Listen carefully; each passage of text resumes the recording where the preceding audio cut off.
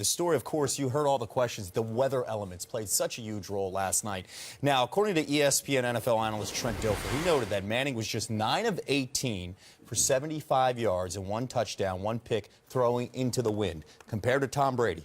17 of 23, 201 yards and 2 touchdowns.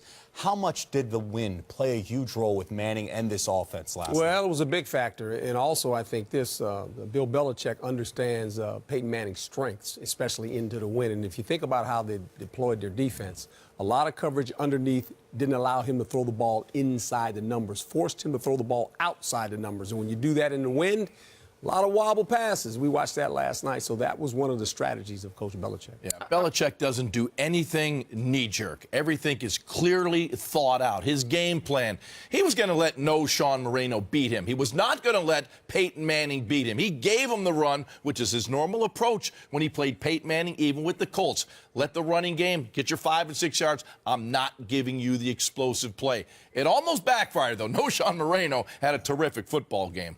Well, Manning's played in a dome a lot of his career, so he doesn't have as many games in freezing temperatures, but he's just 2 and 6 in sub-zero temperatures, or actually in freezing temperatures, so 32 degrees and below.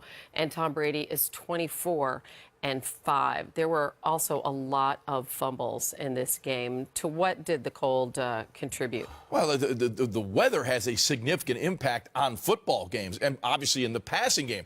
Not only the cold, but the wind. I know as a guy that played 17 years, I hated the wind because the quarterback position is always about controlling the football. And if it's windy, you can't control the football as well. Then you compound that with sub-zero temperatures. The ball is hard, the ball is slippery, and you have to be able to spin it. And we got to be honest here, Peyton Manning's not been the same quarterback since he's had the 4 surgeries. The ball does not come out of his hand with the velocity he had once had. The spin just isn't there to cut through the wind. And Brady clearly was a better quarterback in the inclement weather we had last night. And you're playing with a ball, and remember this. Whether you play offense or defense, your extremities, your fingers, you can't feel it. That's very difficult. Nope. I'll tell you what. We can say that's football weather for the fans that are sitting with some hot chocolate in their home. But when you're a player, let me tell you something. The worst thing that happens to you is when you go off the field and you're not playing. Because now you're sitting there and you're saying, well, let me get back because you're free. So you constantly try to warm up. Ball security is big. Tackling becomes an issue because guys don't want to wrap up. Right. You see a lot of missed tackles in the cold. And this is why we say the National Football League is built this way. You throw the score, you got to run to win. And it shows up after Thanksgiving when it gets cold. What does this make you think of? Yeah. Right. 24-point lead, Herm. Here's the reality, too. The Super Bowl is going to be in New York, New Jersey, in February. Cold conditions. You look at the AFC, you got to go through either KC, Denver, or potentially New England.